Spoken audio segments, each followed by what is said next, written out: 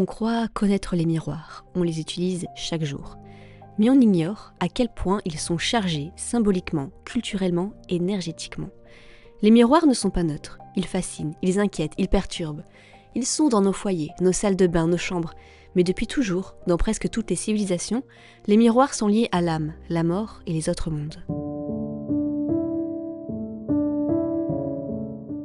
Dans la tradition juive, lors de la période du deuil appelée Shiva, on recouvre tous les miroirs de la maison. Pourquoi ? Pour éviter que l'âme du défunt ne reste prisonnière de son reflet, mais surtout pour éviter que les vivants ne se perdent eux-mêmes dans l'illusion. Une anecdote poignante rapportée par un rabbin américain. Après la mort de son père, il a oublié de couvrir un miroir dans le couloir. Sa fille de 6 ans, en passant devant, s'est arrêtée net et a dit « Papa est là ».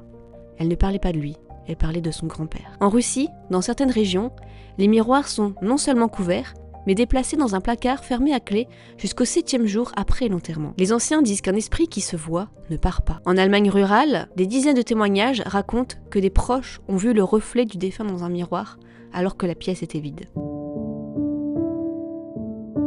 Raymond Moody, célèbre pour avoir popularisé les expériences de mort imminente, a créé un dispositif expérimental. Une pièce sombre, un fauteuil incliné à 45 degrés, un miroir en face et une lumière très tamisée derrière. L'objectif, entrer en contact avec les défunts dans un état modifié de conscience. Des centaines de patients y sont passés. Plus de 60% affirment avoir vu des visages apparaître dans le miroir. D'autres ont entendu des voix, senti des odeurs ou ressenti une présence tangible. Une femme raconte « Mon père est mort il y a 12 ans.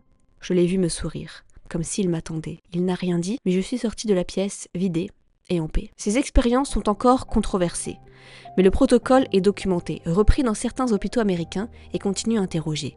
Le miroir peut-il ouvrir une brèche ?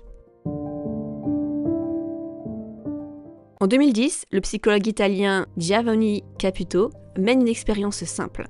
Faire fixer leur propre reflet à des volontaires dans une pièce sombre pendant 10 minutes. Les résultats sont glaçants.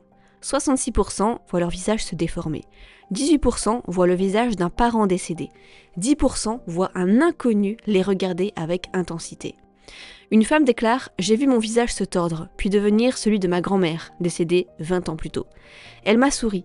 J'ai senti mon cœur s'arrêter. » Caputo appelle ce phénomène la dissociation de l'identité faciale. Mais même lui admet que certains témoignages dépassent l'explicable. À la Nouvelle-Orléans, un miroir datant du 19e siècle est conservé dans un musée fermé au public. Il aurait été témoin de plusieurs décès dans la même famille. Les conservateurs racontent que les miroirs de la pièce où il est exposé se fendent sans raison, toujours au même endroit. En Chine, une légende raconte qu'un miroir mal orienté peut causer la folie. Dans le feng shui, on ne place jamais un miroir face à un lit. Il serait une porte pour les cauchemars, les entités ou les âmes errantes. En Écosse, une vieille superstition dit que si un miroir tombe sans raison, quelqu'un va mourir dans la maison.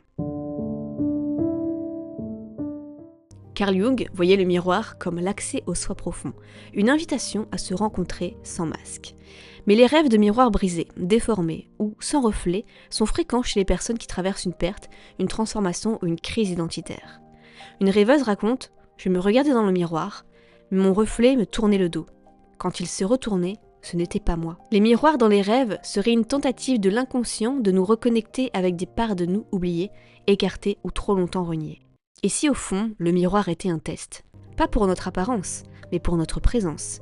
Et si, au lieu de nous renvoyer notre image, il nous offrait une chance de nous voir vraiment, pas comme le monde nous voit, pas comme on veut être vu, mais comme ce que l'on est, en dessous, en dedans et au-delà.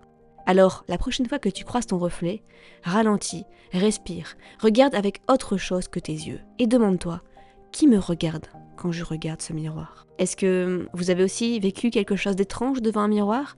Vous avez vu un visage qui n'était pas le vôtre ? Racontez-moi votre histoire en commentaire afin de nous le partager. Et bienvenue dans l'invisible parmi nous.